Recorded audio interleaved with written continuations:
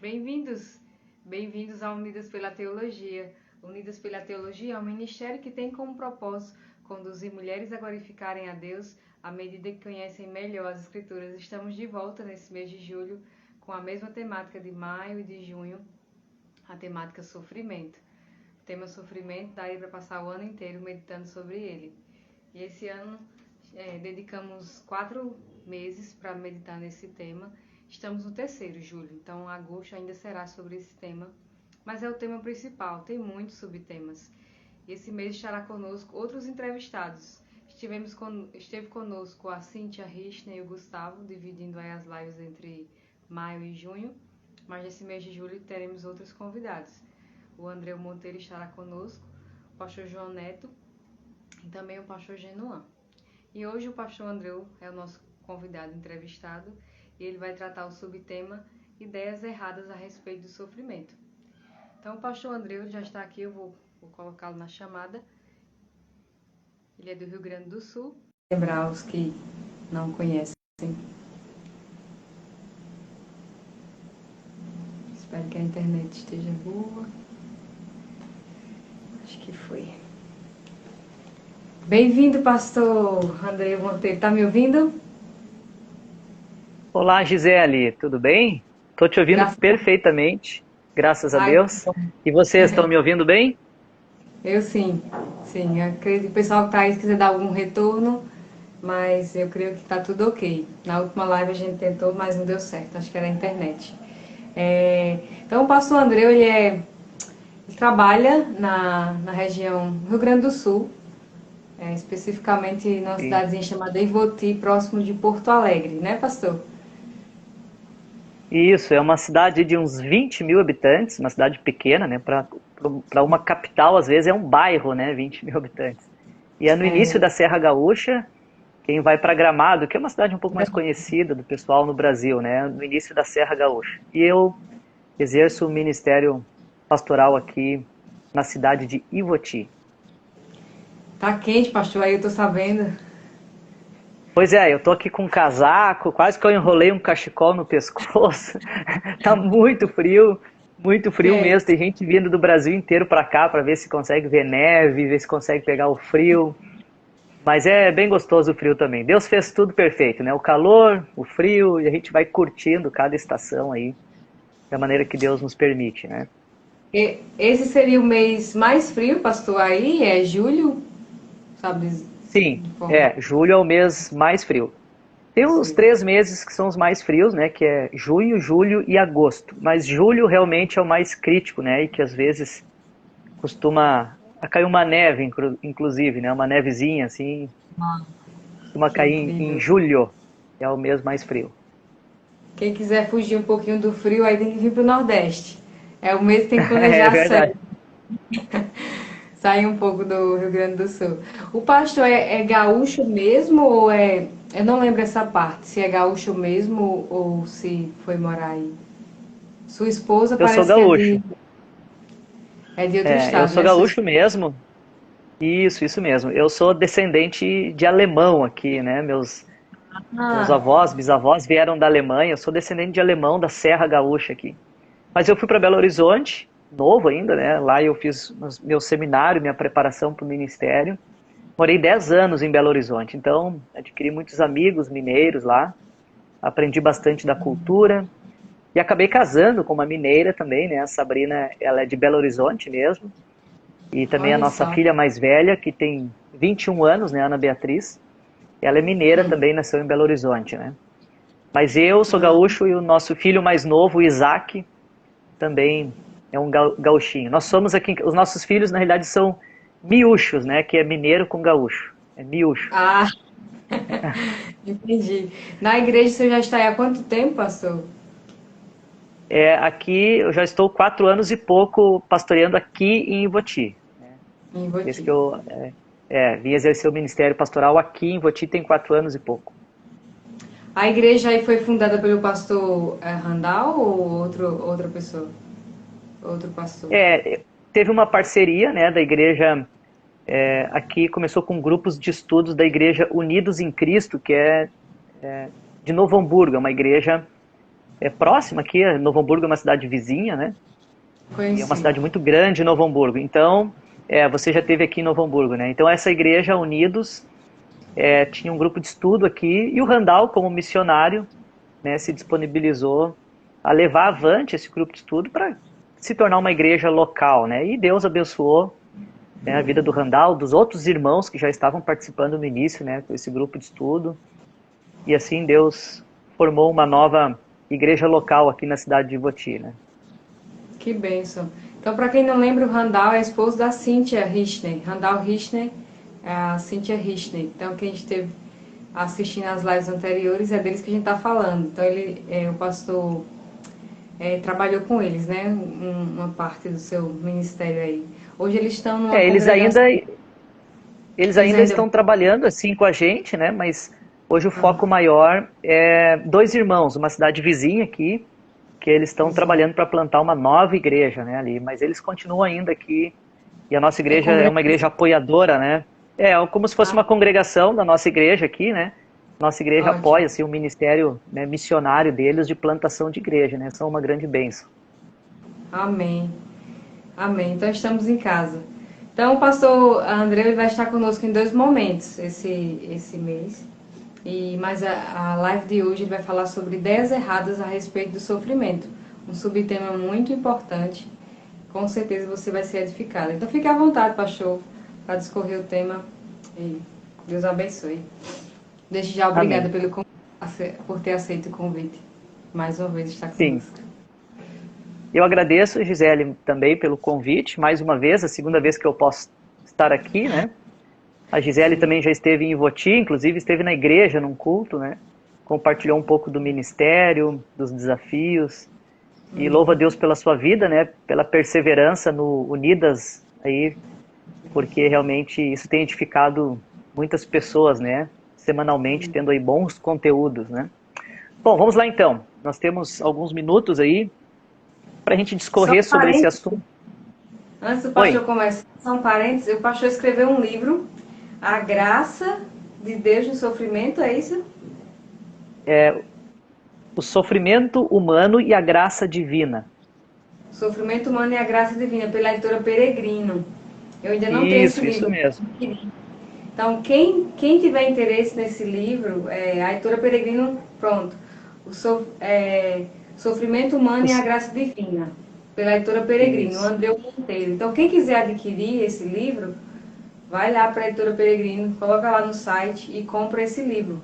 Eu vou Uhum. botar na minha lista de compras para esse ano ainda, se Deus Sim. quiser. Se quiser me chamar aqui também, depois posso deixar meu telefone, o WhatsApp. Também pode falar Pode deixar, diretamente comigo, não tem problema, né? se quiser já Aí dizer aqui na live. já ganha um livro autografado ali. É isso mesmo, verdade. Então, pastor, se quiser já dizer seu contato, aí ao vivo mesmo, pode falar. Acho que é bom para guardar. Quem Tá, quiser. o meu telefone, se alguém quiser, o DDD é 51 aqui do Rio Grande do Sul, né? E o número é 981 32 0779. 981 32 0779, DDD 51. Depois eu posso digitar aí também, porque aí fica registrado não só o livro, né? Alguém de repente também gosta do tema, está passando por uma situação, queria bater um papo comigo, me adiciona ali pelo WhatsApp, a gente também se dispõe a Ótimo, conversar, né? Sem nenhum problema. ótimo. Tá bom? Tema muito pertinente.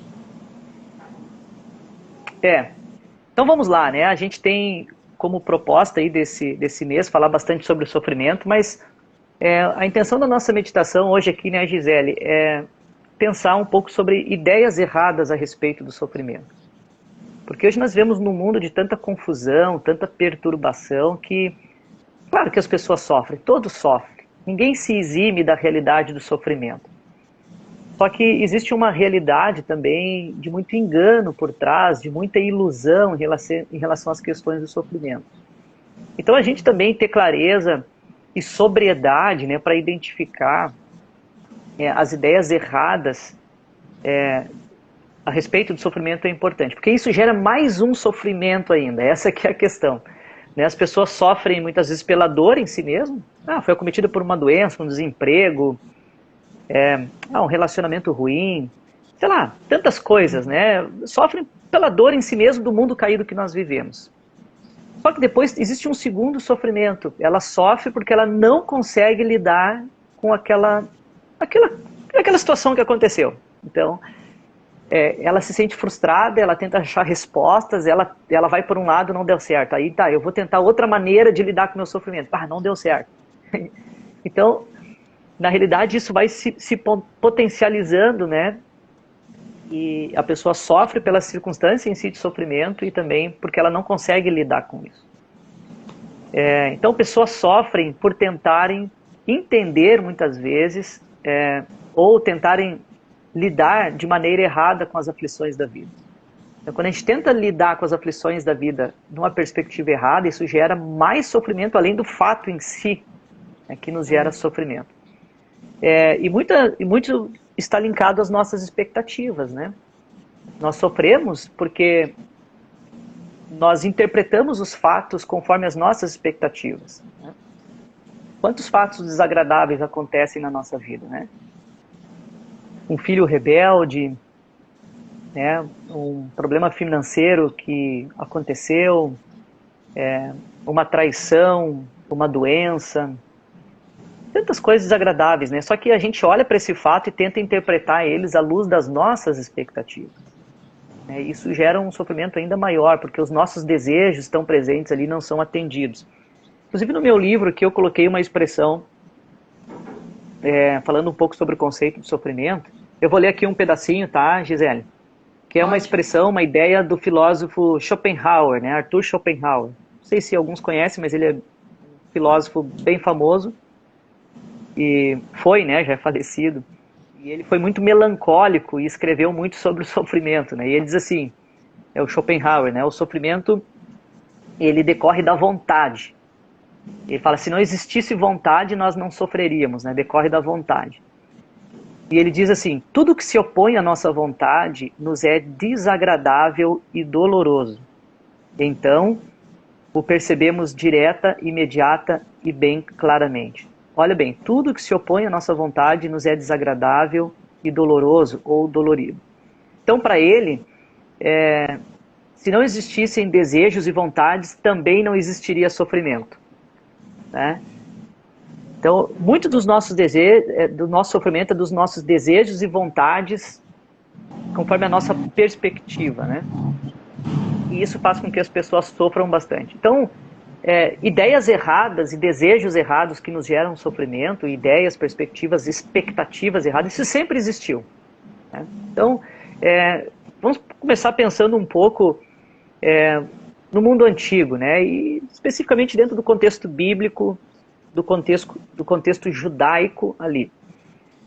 No contexto judaico, existia uma visão errada a respeito do sofrimento, e que Jesus teve que lidar com essa visão errada. Às vezes, como pastores, né, a gente recebe pessoas, vai aconselhando, pessoas chegam na nossa igreja sofrendo e elas têm uma visão muito equivocada sobre o sofrimento. E a gente tem que ir orientando, ajudando a pessoa a lidar com essa visão errada e trazer ela para uma perspectiva correta do sofrimento. Jesus teve que lidar com isso dentro do contexto judaico. Então vamos começar pensando pelo contexto ali judaico. Existe um texto bem conhecido nas Escrituras, que é João capítulo 9, né? E logo no versículo 1 ali nós temos o relato, eu quero rapidamente ler esse versículo, diz assim: caminhando Jesus viu um homem cego de nascença. E os seus discípulos perguntaram, mestre, quem pecou? Este ou seus pais, para que nascessem cego? Versículo 3, respondeu Jesus, nem ele pecou, nem seus pais, mas foi para que se manifestem nele as obras de Deus. Então, existia uma mentalidade popular ali, equivocada a respeito do sofrimento. Então Jesus estava passando, tinha um cego de nascença e os discípulos ali com aquela mentalidade equivocada, tentando interpretar o sofrimento da vida e fazer parte da criação e do contexto dos discípulos, e eles foram muito sinceros, fizeram uma pergunta muito pertinente, sincera para Jesus, mas por que ele está nessa situação? Quem pecou? Foi ele ou foram seus pais? A ideia tem que ter um pecado oculto por trás disso, né? Então tem muita gente que lida com o sofrimento dessa maneira, Gisele. Se você está sofrendo, tem um pecado aí, né? Pensa bem, Aí confessa, porque aí se você confessar, o sofrimento vai embora. Essa é uma mentalidade errada, uma ideia errada a respeito do sofrimento popular, e que não é de hoje. Hoje tem pessoas que pensam assim, mas eu estou mostrando que nos tempos bíblicos, na época de Jesus, ele teve que lidar com essa mentalidade errada. Da mesma forma hoje, né, uma pessoa conhecida nossa aqui, pouco tempo atrás, assim, já faleceu com decorrência do câncer, Gisele, uma situação bem triste, né? Mas uma pessoa que convertida, ia na igreja, né, e tudo, não na nossa igreja, mas numa outra igreja aqui. E ela relatou, assim, com uma certa tristeza, que o pessoal lá da igreja que ela participava, uns irmãos diáconos, foram lá orar por ela, né? E chegaram lá e ao invés de trazer esperança, consolo, alívio, colocaram um peso ainda maior sobre ela, né? Além de ter que estar lidando com câncer, ela teve que ouvir daquelas pessoas, né? Olha, é um cristão de verdade, ele não pode aceitar, né, um câncer, uma doença. Se você está passando por isso, é porque você fez alguma coisa que ofendeu a Deus, você precisa confessar algum pecado. Então, olha bem, a pessoa já estava sofrendo com câncer, né, e agora colocaram mais um sofrimento, mais um peso sobre ela, né? O que é muito triste, né? A gente... Só um pouquinho aqui, Gisele, que eu acho que a minha bateria está um pouco... Tá ok. Tá indo? À vontade. Tá. Do meu computador aqui, né? Eu tô... Tá. Não consegui ajeitar aqui. Então, vejam que lidar com isso é uma questão moderna hoje, mas Jesus já teve que lidar com essa situação, né? Com pessoas com uma perspectiva equivocada e que colocam um peso ainda mais, né? Aquele cego já tinha um peso, um fardo na vida, né? E agora, imagina os discípulos perguntando na frente dele, né, quem pecou, foi ele ou foram seus pais? Então, essa ideia equivocada da maldição hereditária, muitas vezes, que as pessoas têm, né? Você está sofrendo é porque tem uma maldição hereditária na sua família, precisa fazer uma oração, isso precisa ser quebrado, tem todo um ritual evangélico, às vezes, né? Tem pessoas que criam, né, todo um ritual evangélico, sim, para quebrar essa maldição hereditária. Isso no Antigo Testamento já estava presente, essa mentalidade popular, né? De um pecado atingir geração a geração. E Deus revelou isso ao profeta Jeremias, né?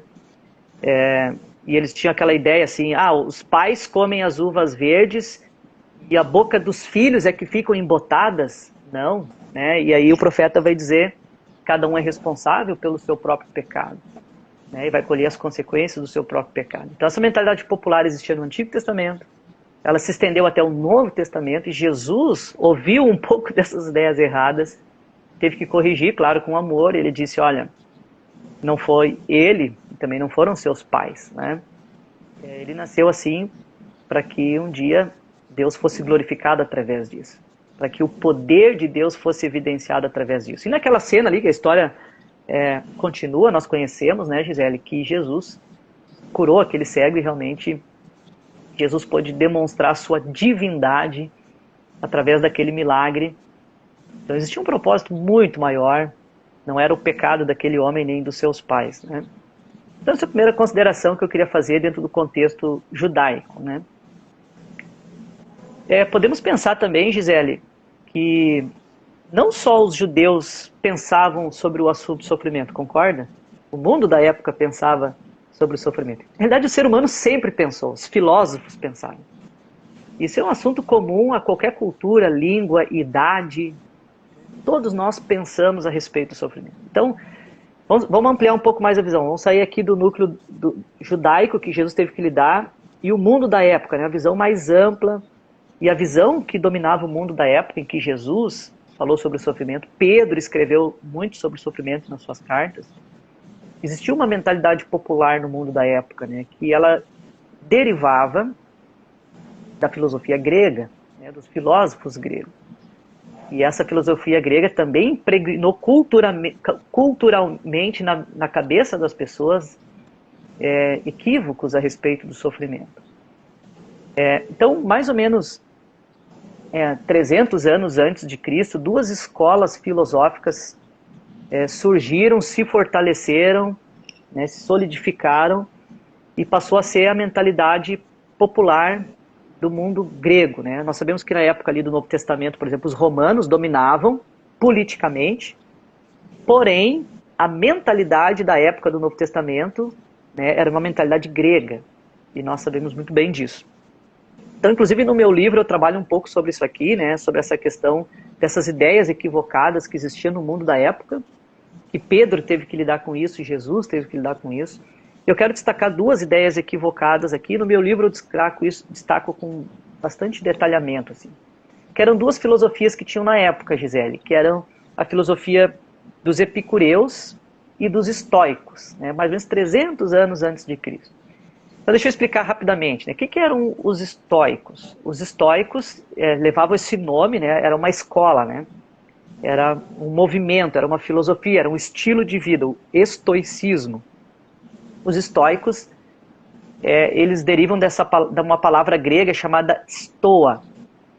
Então, stoa significa um pórtico, no grego, né? Sabe aqueles pórticos? Aqui em Voti tem, né? Você talvez passou pelo pórtico de Voti, aqui tem bastante disso, a entrada das cidades tem um pórtico bonito, né? Os alemães, os italianos gostam bastante disso na serra, né? Então, geralmente, a entrada das cidades tinham pórticos, né? Stoa, no grego.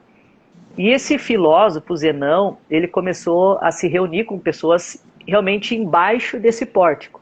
Eles diariamente se reuniam ali embaixo daquele pórtico para conversar, para filosofar, falar sobre a vida, os dilemas da vida. E Zenão foi, na verdade, um sobrevivente. Tem alguém me ligando aqui, já recusei. Tem um sobrevivente, ele foi um sobrevivente de um naufrágio, ele quase morreu. Então isso fez com que Zenão parasse para pensar um pouco mais assim, poxa, por que acontecem essas coisas? Né? Por que tem um sofrimento? Por que eu quase morri? Então ele passou a pensar mais sobre a existência dele, o Zenão. Tá?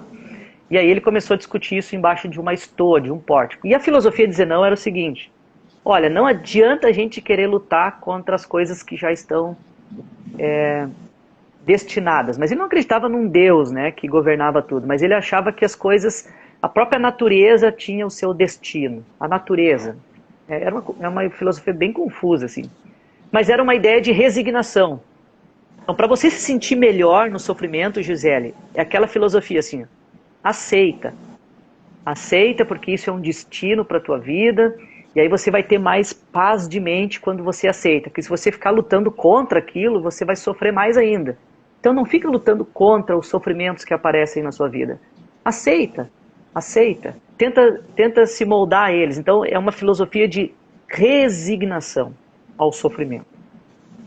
O que no cristianismo a gente vê que nós não precisamos ficar totalmente resignados. Nós podemos clamar a Deus: Deus, muda essa situação. Quantas orações lindas nós temos na Bíblia clamando a Deus, clamando a um Deus poderoso que podia mudar aquela situação. Eles não tentavam encontrar paz simplesmente se resignando, tentando criar uma sintonia com o fatalismo, né? Essa vida tem um fatalismo e se eu estou destinado a sofrer tal coisa, eu vou me acomodar de maneira fatalista e vou me resignar. Não, Deus nos permite clamarmos. Deus é um Deus que pode intervir numa situação e mudá-la, né? Então veja que essa filosofia não está de acordo com o cristianismo. Mas essa filosofia de resignação daquela época era uma ideia errada de sofrimento. E hoje tem muitas pessoas que pensam o sofrimento assim também. Elas pensam assim, é melhor eu aceitar aquela filosofia, uma linguajar bem popular aqui, Gisele. Aceita que dói menos. Aceita que dói menos. Né? Só que aí as pessoas, né, criam todo um linguajar para dizer, olha, é uma filosofia de resignação, aceita, porque aí você vai sofrer menos. Então, essa é a filosofia dos estoicos, no mundo antigo lá, no tempo dos gregos ali, romanos e também o Novo Testamento. Também tinha a filosofia de Epicuro, né, que eram chamados dos epicureus. É um pouco diferente esse nome, né? E ele vem do autor dessa filosofia, chamado Epicuro. Então, o Epicuro ele fundou uma escola filosófica em Atenas. Ele comprou um local muito bonito, um bosque, um jardim, assim, lindo aquele jardim, lindo aquele bosque. E ali ele tinha alguns discípulos. E também ele criou tipo uma colônia assim, de convivência dele com discípulos e eventualmente algumas pessoas até vinham de fora ali para receber alguns ensinamentos naquele grande jardim lá em Atenas. E ali se criou uma escola filosófica de Epicuro, ficou famosa no mundo inteiro. Isso também antes de Cristo. Mas a mentalidade é totalmente contrária dos estoicos, que é de resignação, né? Os estoicos, resignação.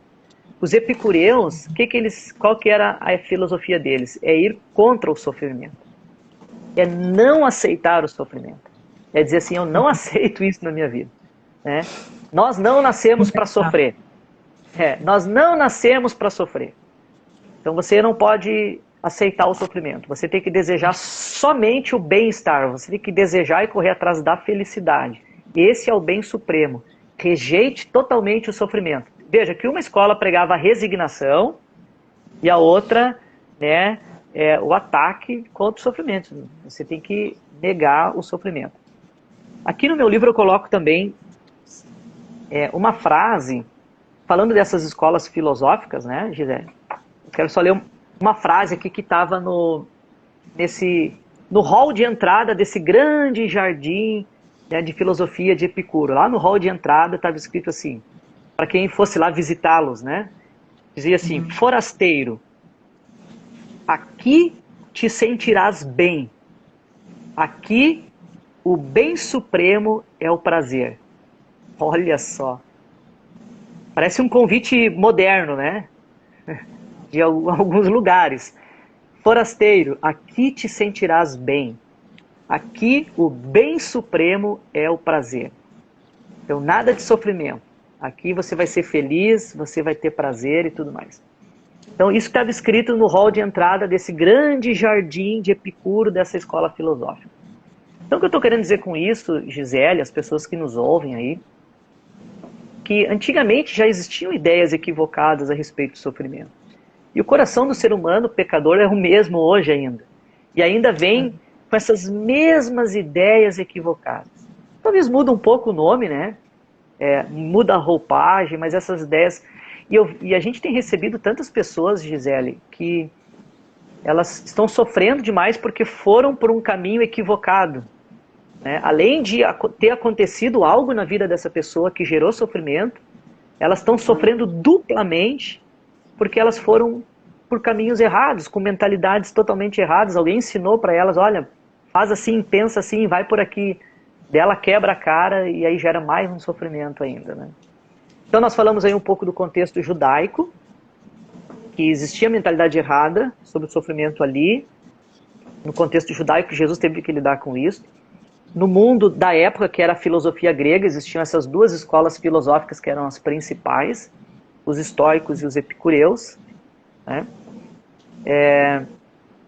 E aí a gente pode pensar um pouco também nos dias atuais, né? O que nós enxergamos hoje em dia que talvez tenham uma nova roupagem, mas que também são ideias equivocadas, né? Por exemplo, aí a gente pode ver nos dias atuais uma ideia equivocada do sofrimento voltado para mistificação, né? Ou para batalha espiritual. Muitos chamam, né, existe um movimento de batalha espiritual e de mistificação. Parece que todo sofrimento ele é decorrente de forças espirituais, de espíritos malignos, de demônios. Então todo sofrimento decorre disso. Bom, por um lado, nós sabemos, biblicamente, que Satanás, né, existe uma ação, né, diabólica na sociedade, tentando trazer engano e sofrimento. Claro, né, nós temos um exemplo de Jesus expulsando aqueles demônios, o endemoniado de Gadara, né? Então, mas existe um problema quando as pessoas afirmam que todos os sofrimentos são decorrentes disso. Então se desenvolveu uma ideia popular, muitas vezes, até em meios religiosos, até igrejas. Eu vejo muitas pessoas frustradas com isso também, né? Porque elas tentam lidar com o sofrimento de maneira equivocada. E elas aprenderam isso, né? Que é um demônio, é alguma coisa que está acontecendo. Até semana passada uma moça compartilhou comigo, ela disse assim, eu tenho um parente meu que está internado com Covid, né, e vários dias no hospital, e um outro parente chegou e disse para a família, não, isso aí é o diabo, ele está internado por causa do diabo, que o Covid é o diabo, e nós temos que repreender o diabo, que aí o Covid, aí ele vai sair da intubação e vai voltar para casa. Então, bom, é muito mais amplo que isso, né? Só que, assim, é uma ideia muito reducionista, né, e mística, achar que tudo é o demônio. O fato é que nós vivemos num mundo caído, né, Gisele? A pandemia, ela faz parte do mundo caído que nós vivemos. O pecado original entrou através de Adão, afetou a natureza. Então, afetando a natureza, existe enchente, existe terremoto, existe desonestidade, daí desequilíbrio social, existe fome, existe doenças, existe pandemias. Então, isso que a gente está vivendo não foi o diabo, né? O Paulo escreve aos Romanos que a própria natureza geme aguardando o dia da redenção. Geme. Então, um vírus que se alastra pelo mundo aí é fruto do mundo caído que a gente vive. Um dia não vai ter mais isso com Cristo. Só que é uma visão muito reducionista, dizer, é o diabo, né? Isso é uma questão mística, é de batalha espiritual. E aí tem gente que às vezes ora, repreende o demônio e a coisa não funciona, porque às vezes não é isso, né? E ela se sente mais frustrada e sofre mais ainda. É isso Você ia mesmo. falar alguma coisa, gente? Esse quesito aí, eu ia comentar que um certo líder de uma dessas igrejas que defendem que o sofrimento é coisa do diabo, unicamente, parece que ele ia fazer algum tipo de reunião para expulsar a Covid, principalmente dos membros que frequentam a igreja dele, né? Mas aí ele adoeceu de Covid. Tu vê, né? Aí tá difícil, né? Assim, repreendeu se ele mesmo já pegou. Então, é muita baboseira mesmo. Muito ensino errado. É. E a gente vê que as pessoas sofrem com isso, né? Elas sofrem por uma ideia errada a respeito do sofrimento. Então é um sofrimento duplicado, que eu costumo dizer, né? Então, essa mistificação, né? Uma outra situação, só para ilustrar assim, né, Gisele? Uma família que eu estive numa outra cidade, num outro local, pastoreando anos atrás, eles estavam passando por problemas financeiros, assim, da empresa, da família e tal. E chegou um pastor, um casal, assim, de pastores de um outro local lá, e disse, isso aí é uma coisa do diabo, por isso que vocês estão, né, passando por alguns momentos difíceis financeiros na empresa de vocês. E daí eles fizeram uma oração na casa, daí a pessoa falou assim, já sei, é esse sapo aqui. Tinha um sapo de enfeitar jardim, porque aqui no Rio Grande do Sul as pessoas gostam bastante de ter grama, né, o jardim bem enfeitado, tem alguns animais, assim, de gesso, assim, né, aqueles... E aí tinha uma escultura de um sapo bem bonito, assim, né, e a pessoa diz, não, isso aqui está sendo um ponto de contato do diabo na tua casa, o problema é esse sapo aqui. Por isso que a empresa, e essa família me contando isso, né, quando eu estive pastoreando eles. E aí, e o que aconteceu então? Não, daí eles oraram, repreenderam o demônio que estava no sapo, que era o ponto de contato aqui em casa, e falaram que a gente tinha que se desfazer do sapo. E aí eles têm até hoje um açude na casa deles, né? E aí eles falaram, não, tem que jogar o sapo no açude, vamos afogar o demônio agora. Daí jogaram o sapo no açude deles, e para resolver o problema financeiro da família, assim, da empresa, que estava tendo algumas lutas financeiras, a empresa da família, né? O que não resolveu de nada, né? Então depois tive que redirecioná-los à luz das escrituras, a uma mentalidade sadia a respeito das batalhas da vida, dos sofrimentos. Ajudei eles a retirar o sapo do açude. Falei, vamos retirar o sapo, vamos pintar ele de novo para enfeitar o jardim de vocês, não tem nenhum demônio no sapo. Mas veja que essa ideia, né? Porque a pessoa ela fica frustrada, tá, mas era o demônio, a gente repreendeu, já me desfiz do negócio, então é outra coisa, e é sofrimento em cima de sofrimento, né? Mais cargas, são mais pesos, mais angústias, ideias erradas a respeito do sofrimento, né? Também, Gisele, a gente pode ver uma outra ideia equivocada do sofrimento, que é colocar a culpa na estrutura social. Às vezes a gente as pessoas colocam muito, e já se foi desenvolvido inclusive teologias mais elaboradas a respeito disso, né? O sofrimento, a culpa do sofrimento que nós vivemos é da estrutura social. A gente pode lembrar um pouco da teologia da libertação, né? E se as pessoas sofrem, né, porque a estrutura social é errada. Então, vamos lutar como igreja para mudar a estrutura social, porque se a gente mudar a estrutura social, a pessoa vai ter condições de ser uma boa pessoa, né? Ela vai ter condições de se converter, ela vai ter condições de viver como um cristão, né? Então, a teologia da libertação, existem muitos movimentos, a missão integral muitas vezes vai por esse lado, né? E tudo isso tira muito da nossa culpa, né, Gisele? Quando a gente pensa, a culpa é do diabo, a culpa é da sociedade, a culpa... Então a gente não sabe lidar com o sofrimento de maneira honesta. Tá, qual que é a minha parcela de culpa no sofrimento da vida? A culpa é da sociedade, mas eu faço parte da sociedade. Eu também peco contra os outros, eu também sou negligente com os outros, eu também. Né? Eu deveria focar mais no meu arrependimento e menos em quem é o culpado. Né? Só que cria-se mecanismos para ajudar a pessoa a procurar quem é o culpado. É o demônio. Daí é a batalha espiritual.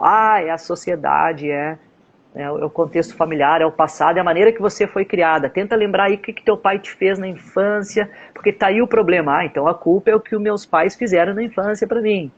Né? A culpa é de como é que eu fui criado. Então nós não nos sentimos 100% responsáveis diante de Deus, nesse mundo caído, que nós também pecamos contra os outros. Né? Nós também geramos sofrimento para os outros. Não são só os outros que geram sofrimento para o Andreu também gera sofrimento para os outros. Então, essas perspectivas equivocadas, né, acabam transferindo muito para os outros a culpa, e a gente deixa de crescer também espiritualmente através dos sofrimentos. Né? E também, uma outra ideia errada, Gisele, que é muito recorrente nos dias de hoje, muito popularizada no Brasil, né? É aquela ideia de que o cristão ele não pode sofrer, né? Então a teologia da prosperidade ela veio com muita força ali no início da década de 90.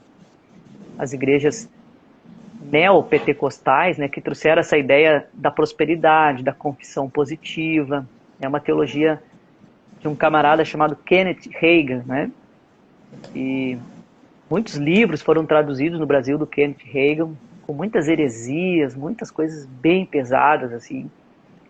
E a ideia é de que o cristão não pode sofrer. Né? Deus te colocou por cabeça e não por cauda. Né? Você tem que conquistar o mundo, você tem que conquistar tudo, você tem que ter a saúde perfeita, você tem que ter a vida financeira perfeita. Isso é um grande equívoco, né? Isso está contrário às Escrituras. E colocam Jesus no meio, não, mas Jesus veio morrer na cruz e veio fazer isso para que a gente tenha o melhor emprego, para a gente seja próspero, para que a gente tenha saúde perfeita. Não, Jesus não veio para isso. Né? Claro que um dia, quando nós morarmos eternamente com Ele, não haverá mais fome, não haverá mais doença e tal, mas isso é para a eternidade. Jesus mesmo falou, aqui, neste mundo, tereis aflições. Então essa teologia da prosperidade ela é muito perigosa, ela faz com que pessoas, né, sofram muito por causa disso, né? É uma teologia da paternidade, assim, né? Só Deus é pai e o pai não quer ver seu filho sofrer, então... mas a Bíblia mostra Deus como juiz também, não só como pai. Tem outras figuras de Deus na Bíblia além da paternidade. Só que seleciona a ideia, né? Só do Deus que abençoa e que te prospera, só do Deus que te cura, é só do Deus da paternidade, e aí é só o Deus da graça. Não existe o Deus da santidade, né? O Deus que se ira contra o pecado, é só o Deus da graça. Então é uma teologia da hipergraça, né? É uma teologia da Xuxa. Eu não sei qual que é a tua idade, Gisele, mas 30. Eu lembro que na minha época, tu é bem mais nova que eu tenho 42, na minha época, na década de 80, né, a Xuxa estava no auge, aí cantava-se aquela música com as paquitas, e as crianças cantavam em casa, né? Tinha uma música lá, tudo que eu quiser, o cara lá de cima vai me dar. E aquilo fazia um sucesso, né? Então, olha bem, tudo que eu quiser, o cara lá de cima vai me dar. Então, olha a ideia de um Deus, de uma divindade, né? Está a que está ali serviço só para me dar tudo o que eu quiser. Vai me dar tudo o que eu quiser.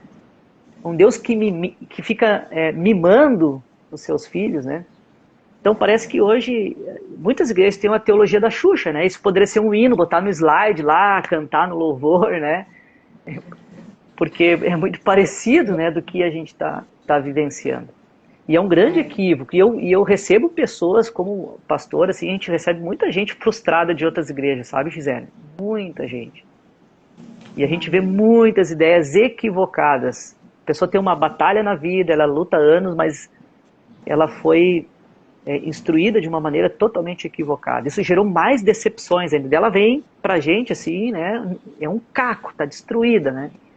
E a gente tem que tentar reconstruir toda uma ideia bíblica, sadia, de queda, o que é a queda na Bíblia, os efeitos do pecado na nossa vida, o que é realmente a redenção, o que é o evangelho, o que é a salvação, né? Porque as ideias são muito equivocadas. Então essa ideia da teologia da prosperidade, né, do Kenneth Hagin, ela é extremamente destrutiva também, né?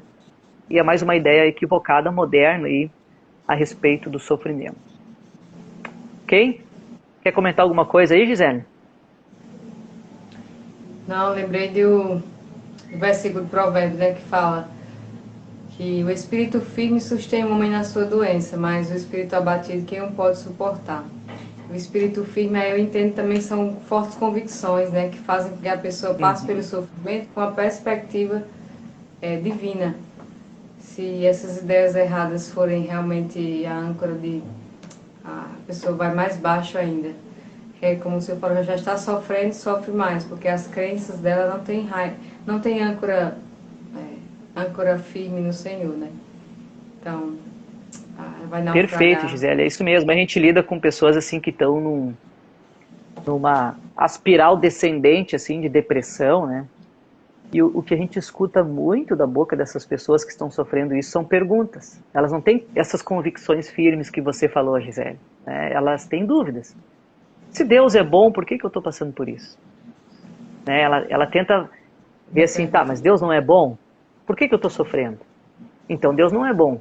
Ou ele é bom, mas ele não tem poder para frear o mal. Então eu vejo que a indagação das pessoas ou questiona a bondade de Deus, ou questiona o poder de Deus, né? Se ele é poderoso e deixa isso acontecer, então ele não é bom, né? Ou ele é bom e não tem poder. Então tu vê que a cabeça das pessoas viram isso é chamado de teodiceia, né? Esse dilema assim é chamado de teodiceia. E muitas pessoas vão até para o ateísmo e se utilizam do sofrimento para dizer, Deus não existe, né? Porque olha a maldade no mundo, olha as atrocidades, olha o sofrimento do mundo. Se Deus existisse, isso aí também não existiria. Então muitas pessoas pegam essa discussão, né, da teodiceia, do poder e da bondade de Deus, até para dizer que Deus não existe. Então vejam que não ter firmes convicções em Deus, né, e ter dúvidas, isso gera mais sofrimento, gera depressão para as pessoas, né, falta de vontade de viver, as pessoas vivem sem esperança. É uma grande realidade. Bom, então nós podemos olhar a perspectiva correta a respeito do sofrimento, né? A perspectiva correta é que o sofrimento, na realidade, ele é fruto do pecado. Isso é uma premissa bem básica, né? Que acho que todos deveriam pensar isso, né? Antes de pensar assim, é a sociedade, é o presidente, é a estrutura social, é a falta de oportunidade que eu tenho, foram meus pais que criaram assim, é o demônio, é a maldição hereditária. Não, antes de qualquer coisa, eu aconselho as pessoas pensem que isso, né, qualquer sofrimento, em primeiro lugar, ele é fruto do mundo caído que nós vivemos. Nós já nascemos com uma natureza pecaminosa e nascemos num mundo caído, que foi afetado pelo pecado. Tudo foi afetado pelo pecado. A maneira que nós somos criados tem os efeitos do pecado ali. A sociedade que nós vivemos tem os efeitos do pecado. A escola que a gente frequentou tem os efeitos do pecado. As amizades têm os efeitos do pecado. O emprego que você arranjou tem os efeitos do pecado. Tudo tem os efeitos do pecado. E eu também estou nesse bojo como um pecador, né?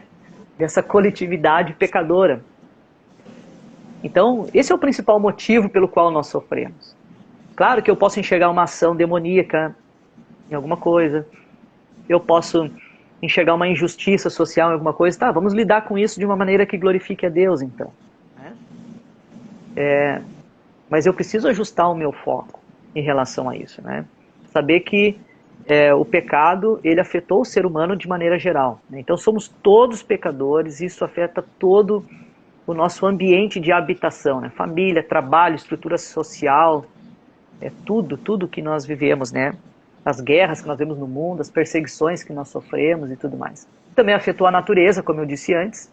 A criação foi afetada pelo pecado original e geme pelo dia da redenção. Então, catástrofes naturais, terremotos, né, tsunami, enchentes, secas, epidemias, pestes, pandemias, tudo, né, é fruto do pecado. Então a gente está sujeito, né? Eu estou sujeito a sair de casa amanhã e ter um acidente de trânsito, estou sujeito a aparecer um câncer na minha vida de uma hora para outra, eu estou sujeito a tanta coisa, né? Que é desse mundo caído. Todos nós estamos sujeitos, todos nós. Isso, o nosso consolo é que um dia isso vai ter fim, né? Nós estaremos com o Senhor Jesus e não teremos dilemas e dúvidas e visões equivocadas a respeito do sofrimento. E também nessa perspectiva correta do sofrimento, né, além de entender que o homem e todo o seu lastro de convivência foi afetado pelo pecado, bem como a natureza, é uma perspectiva correta também entender que Deus tem o controle sobre tudo isso. Né? Deus tem um controle sobre tudo isso. Talvez a gente não entenda muito bem, mas Deus tem o controle. A gente lembra de Jó, né, Gisele? Os amigos foram lá com as suas teorias também, né? Alguns achavam que Jó também tinha um pecado oculto. Ó, Jó, avalia aí, deve ter alguma coisa, né? Então, eles também tinham visões equivocadas sobre o sofrimento. Mas no final das contas, o próprio Deus revelou a soberania dele sobre o sofrimento. Então, mesmo que eu não entenda certas coisas, tem coisas que Deus vai nos permitir entender. Tem coisas que Deus não vai nos permitir entender. Mas eu posso descansar nele, eu posso me regozijar nele. Né? O meu contentamento está em Deus, não está nas coisas dessa vida. Né? Então Deus pode nos dar oportunidades para crescer através do sofrimento, né? Para confiar mais nele. Então assim, eu queria concluir, Gisele, destacando 3 coisas aqui disso tudo que eu falei. Né? Só recapitulando, eu falei um pouco da ideia errada a respeito do sofrimento no núcleo ali dos judeus. Jesus teve que lidar com isso. Além dos judeus, a cultura e o mundo da época, a mentalidade grega, com os epicureus e os estoicos. E esse mesmo coração humano que produz visões equivocadas existe hoje. Então eu falei de algumas coisas modernas aqui, né, de misticismo, batalha espiritual, culpa da sociedade, ou teologia da libertação, teologia da prosperidade e outras coisas mais. Né? Mas assim, uma conclusão, alguns aspectos de conclusão que eu julgo assim, importante a gente pensar. Um deles, sofremos por causa do mundo caído. Isso é uma coisa que nós devemos considerar frequentemente. Nós sofremos por causa do mundo caído. E também sofremos as consequências do nosso pecado individual também. Pouco nós avaliamos até que ponto o que eu estou sofrendo é consequência do meu próprio pecado. Pouco se incentiva as pessoas a pensarem nisso. Né? E essa é uma perspectiva bem sadia. Né? Todas as vezes que nós nos depararmos com sofrimento, a gente parar para pensar. Até que ponto isso pode ser uma consequência do meu próprio pecado. Né? Porque o pecado tem consequências. A gente faz escolhas erradas na vida. Né? A gente talvez vai por caminhos que não são sábios. E nós sofremos consequências muitas vezes do nosso próprio pecado. E nós precisamos considerar isso com muita honestidade. Só que a nossa ideia de sofrimento, nós somos tentados sempre pensar para fora. Né? Para fora. E a gente pouco pensa, né, para a nossa culpa, para a nossa responsabilidade. Quem sabe isso é consequência do meu próprio pecado. Até que ponto? Então, às vezes o sofrimento está misturado. Tem coisa no sofrimento que é uma injustiça, eu não sou culpado, mas um pouco parte também eu sou culpado, né? Eu tomei decisões erradas. Então, num sofrimento pode ter coisas misturadas aí. E eu preciso, né, em certa parte, me arrepender, eu preciso mudar minha atitude, né? E aquilo que não é culpa minha, eu preciso descansar em Deus, né? Deus sabe por que Ele permitiu aquilo chegar até a minha vida. Como Ele quer transformar a minha vida através desse sofrimento, né? E também, para a gente terminar, então, depois se tu quiser fazer algumas considerações ou perguntas, estou à disposição, mas, por último, Gisele, o sofrimento não serve para justificar o nosso pecado, mas pode ser visto como uma oportunidade para glorificar a Deus. Muitas vezes nós temos uma ideia equivocada do sofrimento. A gente usa o sofrimento para justificar o nosso pecado. Ah, por que eu fiz isso? Ah, mas porque o fulano fez isso para mim. Ah, porque... Então nós justificamos o nosso pecado através dos sofrimentos da nossa vida. Ah, porque você não sabe o que eu passei. Você não sabe o que eu estou passando. Então parece que o sofrimento pode legitimar, autenticar as minhas atitudes pecaminosas. Então o sofrimento, ele não pode servir para legitimar as minhas atitudes pecaminosas. Isso é muito popular a gente escutar. Ah, mas você não sabe o que o fulano passou, por isso que ele fez isso. Ou o que eu estou passando, por isso que eu estou reagindo assim. Então isso é uma ideia equivocada. Sofrimento não serve para legitimar qualquer atitude a qualquer custo da nossa parte. De maneira nenhuma. Né? Mas o sofrimento deveria ser visto, pelo contrário, né, como uma oportunidade para glorificar a Deus. Né? E não visto como algo que poderia legitimar um pecado meu, mas como uma oportunidade para glorificar a Deus. Então uma visão sadia é essa. Né? Como Deus pode ser glorificado através do sofrimento. Só que a gente sempre olha para o sofrimento com aquela ideia assim, Gisele. Como é que eu faço para me livrar desse sofrimento? Essa é uma ideia equivocada. Como é que eu faço para me livrar disso? E essa é a tônica do meu livro, inclusive, né? Eu trabalho isso aqui porque Pedro, quando ele escreve a carta dele, de 1 Pedro, o assunto principal da carta é o sofrimento. E Pedro não dá conselhos assim, ó, eu vou ajudar vocês a se livrar do sofrimento. Não. A ideia de Pedro é dizer, tá, eu vou ajudar vocês a como que vocês podem viver uma vida que agrada a Deus no meio do sofrimento. Só que a gente, quando se depara com o sofrimento, a gente sempre pensa assim, o que eu faço para me livrar desse sofrimento? A gente nunca para pensar, ou quase nunca, né? É mais difícil a gente parar para pensar diante do sofrimento. Tá, Deus, como que o teu nome pode ser engrandecido através desse sofrimento? Mas o nosso pensamento é sempre, o que eu faço para me livrar desse sofrimento? Isso é equivocado, né? Nós deveríamos mudar a nossa maneira de pensar, né, e a nossa perspectiva a respeito do sofrimento. Tá bom, Gisele? Então essas são as coisas que eu gostaria, nesse primeiro momento aí, desse mês que a gente está falando sobre sofrimento, tentando desmistificar, desconstruir essas ideias erradas e populares que muitas pessoas sofrem por causa disso, né? Por causa dessas ideias erradas a respeito do sofrimento. É verdade. Foi muito bom, pastor. Espero que as irmãs e os irmãos que forem ouvir comecem a anotar quais são as visões que você tem acerca do sofrimento, para que você saiba se você está crendo em alguma coisa que não é bíblica e isso facilita ainda mais a sua queda. Então, realmente o sofrimento é um instrumento que Deus usa no mundo caído. O sofrimento já existe. Mas a gente pode pegar as palavras de José, na verdade que Deus falou, o mal que intentaram contra ele, Deus transformou em bem. Então, o sofrimento ao nosso redor pode se transformar para o nosso bem, se a gente tiver essa visão correta, essa perspectiva de tirar as ideias erradas e focar nas ideias certas, que é entender a soberania de Deus, como o pastor falou. O Senhor é soberano, Ele não saiu do sofrimento quando o sofrimento chegar na sua vida. Entender a sua participação, o quanto que você está envolvido ativamente para aumentar esse sofrimento com a insensatez, né? Como o pastor já colocou, nosso pecado, nossa falta de sabedoria. E entender que o nosso pecado, o sofrimento não justifica nossos pecados, pelo contrário, ele mostra que está no nosso coração, né, pastor?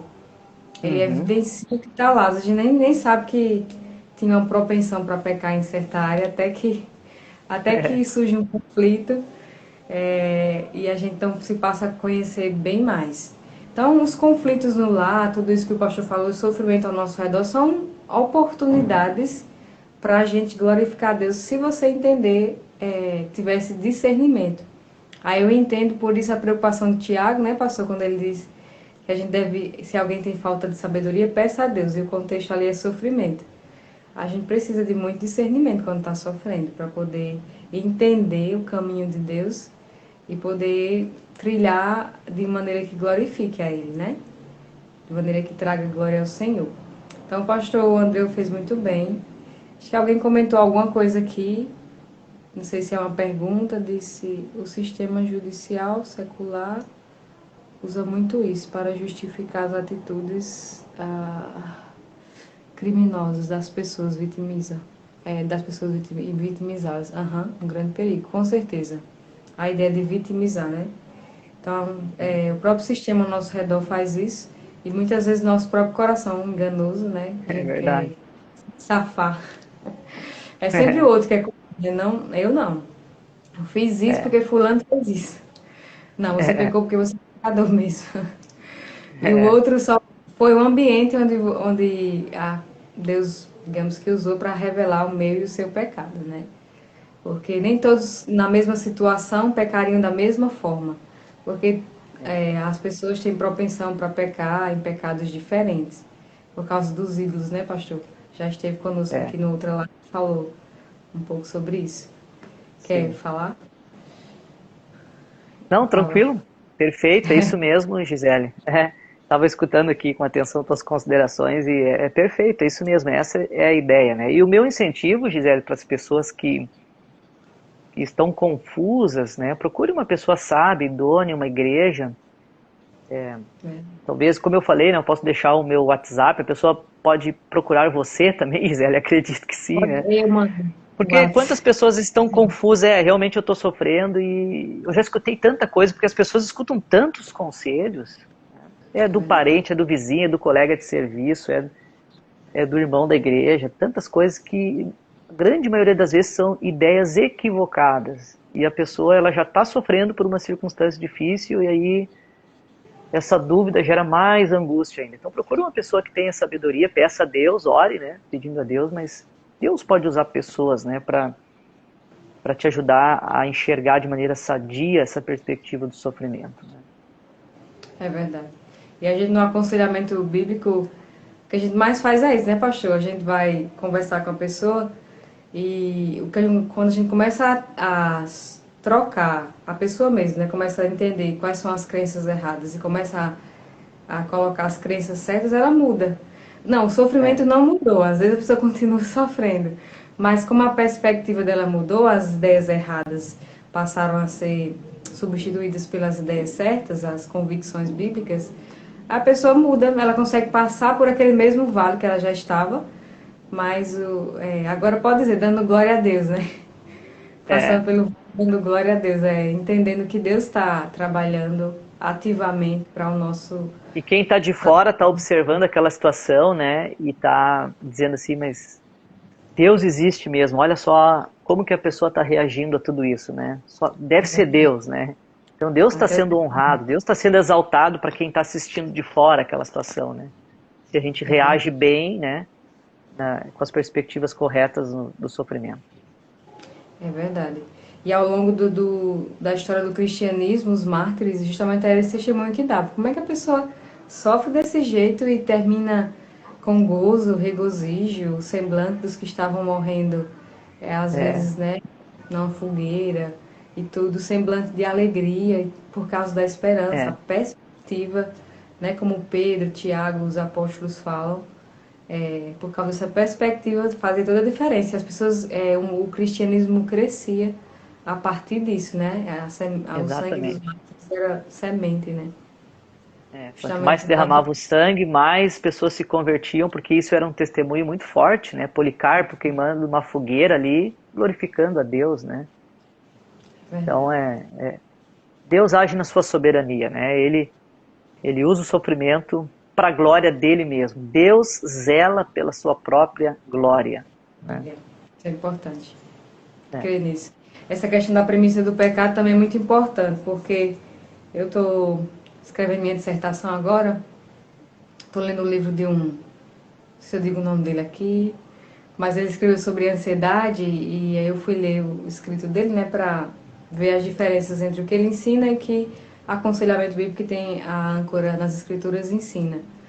E aí ele faz uma viagem assim muito grande, falando como é que acontece mentalmente essa questão do sofrimento. Dificuldades nos relacionamentos, ele chama de janela Aquiles, dá outros nomes lá.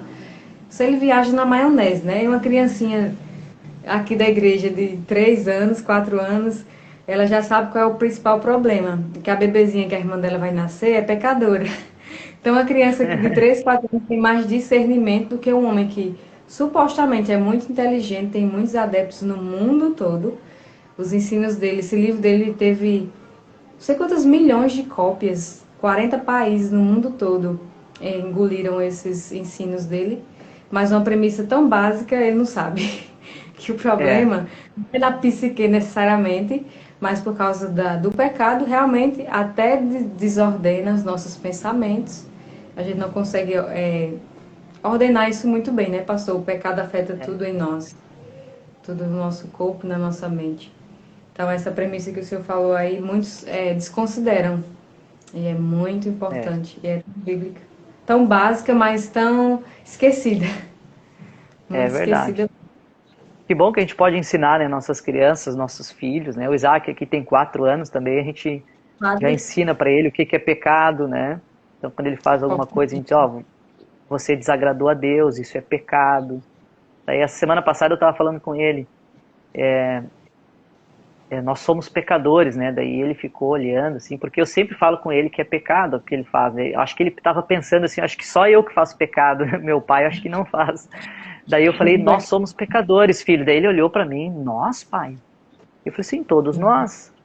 O papai às vezes te diz que tu desagradou a Deus e tu pecou, mas o papai também desagrada a Deus, o papai também peca. Todos nós, papai, a mamãe, todos. Ele ficou me olhando assim, então todos nós somos pecadores. Eu acho que ele ficou feliz, não sou só eu. Mas que bom a gente poder ensinar para os nossos filhos, né, desde pequeno, assim, nós somos pecadores e os efeitos do pecado estão aí, né? E Deus pode usar o sofrimento para trabalhar na nossa vida e tudo mais, né? E como você falou, né, Jéssica, são acadêmicos, os caras estudam, escrevem, falam teorias, e eles não chegam no ponto nevrálgico, né? O que realmente é a essência e onde que está realmente o problema, né? É isso, é isso. Pois foi ótimo, pastor. Muito obrigada por ter atendido o convite, por ter estado conosco. Eu espero que as irmãs e os irmãos que forem assistir sejam edificados. Comecem a listar quais são as ideias que você tem sobre o sofrimento e procure saber se elas são corretas e comece então a substituir pelas que são bíblicas, porque é somente isso que vai ajudar você no sofrimento, viu? Âncora forte, as árvores que têm mais raízes profundas, aquelas, né, que quando o vento dá, vem a tempestade, ela permanece. Só quem tem crenças fortes nas escrituras pode permanecer quando o sofrimento vier. Então, pense nisso. Espero que, assim como Jó, que conhecia Deus tão bem, né? O próprio Deus testemunhou que ele era reto, ele disse que conhecia Deus só de ouvir falar. Depois do sofrimento, ele disse, agora meus olhos te veem, te contemplam, né? Então, às vezes, acho que o salmista diz, né? Foi-me bom ter eu passado pela aflição para que eu aprendesse os teus decretos. Então, o sofrimento tem um lugar muito especial no projeto de Deus de nos transformar à imagem e semelhança do Senhor Jesus Cristo. Não esqueça disso. Todas as coisas cooperam para o bem daqueles que amam a Deus, Romanos 8, daqueles que são chamados segundo o seu propósito. Todas as coisas, tudo coopera. Se você é filho de Deus, se você não é ainda, você pode ser. Se você tiver dúvidas sobre isso, pode me procurar o pastor André, eu posso mandar o contato dele aqui. E você pode entender como você pode receber a Cristo como Salvador. E assim poder triunfar, biblicamente falando, sobre o sofrimento. Ainda vai passar por ele, mas vai passar de uma forma, com uma outra perspectiva.